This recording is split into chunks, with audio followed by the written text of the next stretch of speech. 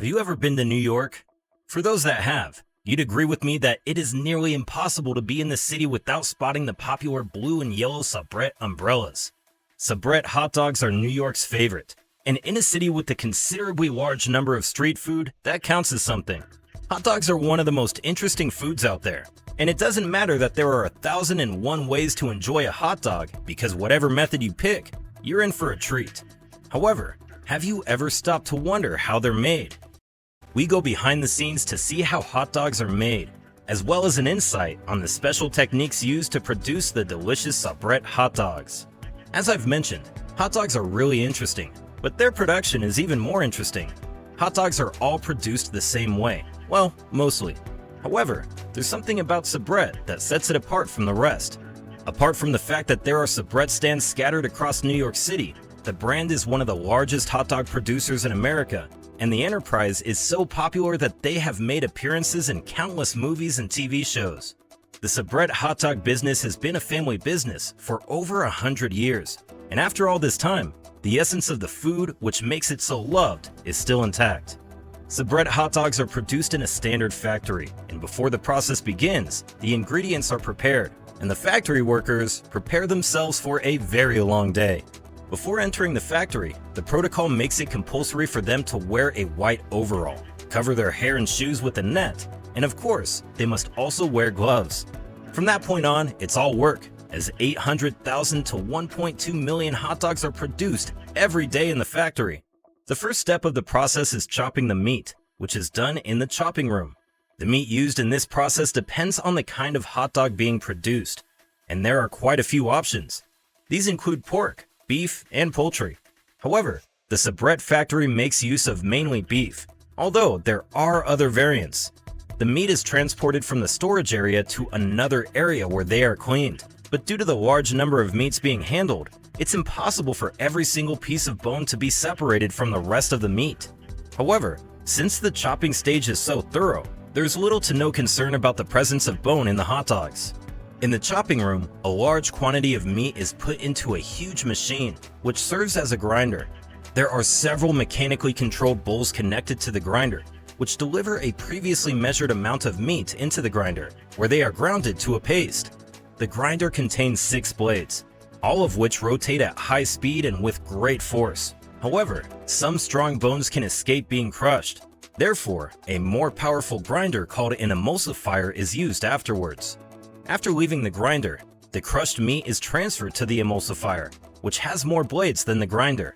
As a result, it does a better job of crushing the meat, and at the end of this process, what was once several giant slabs of meat become meat paste. For each batch of meat that enters the crushing room, about 600 to 1,000 hot dogs are produced from it. During the crushing phase, some other ingredients are added to the meat as it is grinded to improve the taste and quality of the hot dog. These ingredients include ice chips and spices such as garlic, paprika, and cherry powder. These spices are mixed in different combinations to provide different varieties of flavors, some of which include cocktails, hot dogs, etc. At the end of the day, the crushing phase lasts about 90 seconds, and in total, about 140 flavors are produced. Each is packed in a large and labeled container where the different kinds of beef pastes are stored until the next production phase. Up next, the beef pastes are passed through X-ray checkpoints, where they undergo screening. A factory worker observes the monitor as X-rays pick up anomalies, like a bigger than normal lump in the beef paste or a bone that wasn't crushed in the crushing phase. Once detected, these unwanted items are removed and their origin is traced to ensure that such mishaps never happen again. In cases where the mishaps are too much to ignore, all the beef paste produced in that batch is discarded, and the process begins all over again, with extra caution this time. After the screening process is done and all the conditions have been satisfied, the beef paste is taken to the next production step, which is the casing. It's at this stage that the beef paste receives the classic hot dog shape, and that's because of the casings they're placed in. There are 2 types of casings. However, the cellulose casings are the most popularly used kinds, not just by soubrette, but also by other popular hot dog brands. Unlike the cellulose casings, the other option is a natural casing which remains on the hot dog even when it is being eaten.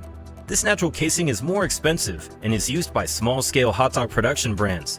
The process of casing begins with stuffing a machine called a linker with the beef paste. This linker shapes the paste and feeds controlled portions of it into cellulose casings, which are supplied at the other end of the machine.